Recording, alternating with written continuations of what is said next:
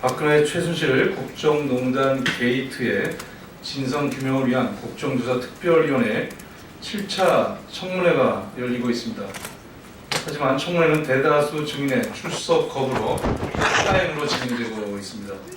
그나마 동행 명령장의 압박에 못 이겨서 출석한 조윤선 문체부 장관은 오늘도 자신은 지시한 적도 본 적도 없다며 뻔뻔한 태도를 버리지 않고 있습니다.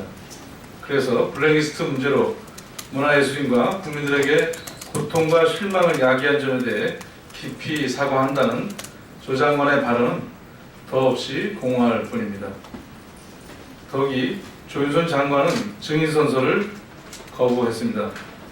현직 장관이면서 사퇴도 거부하고 증인 선서도 거부하고 더 이상의 위증죄를 피하겠다는 자기 보신술에 후안무치한 태도에 대해서 분노를 금할 수 없습니다. 이것은 한 부처를 이끄는 장관의 책임 있는 자세도 아니고 태도도 아닙니다. 조윤선 장관은 더 이상 추한 모습을 보이지 말고 장관직에서 즉각 물러나야 합니다. 국조특위의 청문회를 통해 그동안 수많은 의혹이 베일을 벗었고 최순실 게이트의 심각성을 국민적으로 환기시켰습니다. 하지만 김기춘, 우병우, 조윤선 등 주요 증인들의 기만적 답변과 위증은 국민의 분노와 답답함을 더욱 키웠습니다. 또 최순실 등 핵심 증인들의 출석 거부, 이재만 안봉근의 도피는 국조특위위원들을 허탈케 하고 있습니다. 특히 오늘 청문회는 조윤선 장관, 우병우 전 민정수석 등 위증 혐의를 받고 있는 증인들을 출석시켜 사실관계를 다시 한번 명백히 밝히기 위한 것이었습니다. 그러나 이 중 여러 사람이 불출석 사유서를 제출한 출석을 거부했습니다.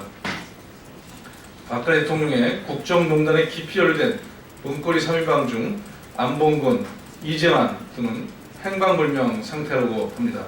기가 막힐 뿐입니다. 국회 국조특위는 청문회를 거부하거나 기만적 답변과 위증으로 국민과 국회를 조롱한 증인들에 대해 응분의 법의 대가를 치르게 해야 합니다. 국민은 진실을 알고 싶어 합니다. 이제 남은 의혹을 규명하고 모든 진실을 밝힐 책임이 특검에 더해질 것입니다. 박영수 특검의 무거운 책임감으로 국정농단과 헌정윤리의 실체를 밝히기 위해 더욱 노력해줄 것을 촉구합니다.